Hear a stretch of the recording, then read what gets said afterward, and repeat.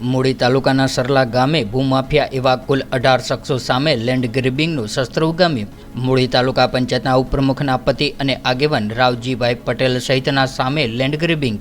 મૂળી સરલા ગામે આવેલી સરકારીની survey number 104 વાળી જમીનમાં છેલ્લા કેટલાક સમયથી ગેરકાયદેસર બાંધકામ કરીને દબાણ થઈ રહ્યા છે। ત્યારે સરલાના જાગૃત નાગરિક એવા રાજુભાઈ જીવણભાઈ પટેલ દ્વારા સુરેન્દ્રનગર જિલ્લા કલેક્ટરમાં લેન્ડ ગ્રેબિંગ અરજી દાખલ કરવામાં આવી હતી। ત્યારે આ ભૂમાફિયાઓ મોટા માથાઓને ખુલ્લા પાડતા રાજકીય ઓથ માટે દોડાદોડી કરી રહ્યા છે, જેમાં મૂળી તાલુકા પંચાયતના ઉપપ્રમુખના પતિ મનસુખભાઈ ઈશ્વરભાઈ પટેલ અને રાજકીય આગેવાન રવજી રતિલાલ પટેલ અને સમગ્ર પટેલ સમાજના આગેવાનો એવા પ્રેમજીભાઈ ગગનજીભાઈ પટેલ સહિત કુલ 18 સામે લેન્ડ ગ્રેબિંગની અરજી દાખલ કરવામાં આવી છે। ત્યારે તમામ આગેવાનો અનેક વર્ષોથી સરકારી જમીન ઉપર દબાણ કરીને પાકા બાંધકામ કરીને વેચવાના માસ્ટર માઇન્ડ ધરાવતા હોય ત્યારે તેઓની સામે કાયદાકીય દાયરામાં કાર્યવાહી કરવામાં આવતા ચકચાર મચી જવા પામી છે। ત્યારે ખરેખર આ સરકારની જમીન સર્વે નંબર 104માં સરલા ગ્રામ પંચાયત દ્વારા શાળા અને દવાખાના માટે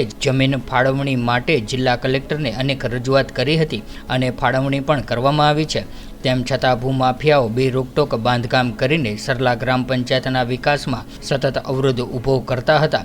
ત્યારે તેઓ માથાભારે હોય અને રાજકીય ઓથ ધરાવતા હોય અને પાણી નિકાલ માટેના વહેણ ઉપર બાંધકામ ચણતર કરી દીધેલ હોય ત્યારે વરસાદના પાણી સમગ્ર ગામમાં ફરી વળે છે। ત્યારે ભૂમાફિયાઓના મોટા માથાના સામે લેન્ડ ગ્રેબિંગની અરજી દાખલ કરવામાં આવતા ચકચાર ફેલાઈ જવા પામી હતી।